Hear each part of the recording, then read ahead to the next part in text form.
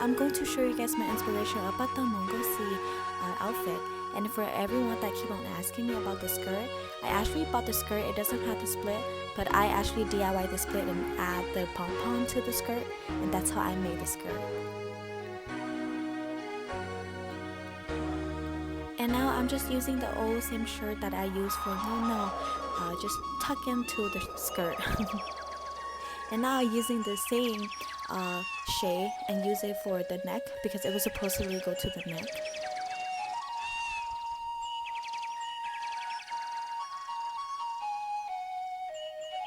And now that's the first look.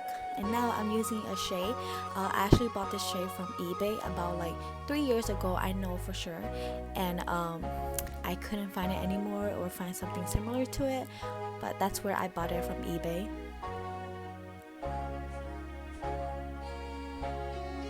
And now this bill, I also bought it from Hmong Village. That person doesn't have these anymore. These were about like 3 years ago. So I'm sorry everyone that I can't give you guys enough information to purchase these because I've been buying these, like I've been having these collections for years over years. I just never put them out. Also, I bought these pom-pom in Facebook Live from random vendor, and I just can't find that vendor anymore. Also, I bought this out at Hmong Village. And for these earrings, I actually made these earrings for myself. And the most beautiful thing that I love about this outfit is that I actually made the hat. And this is the hat that I inspired. And this is how it looks like on the person. It's so beautiful and I love it throughout the whole outfit.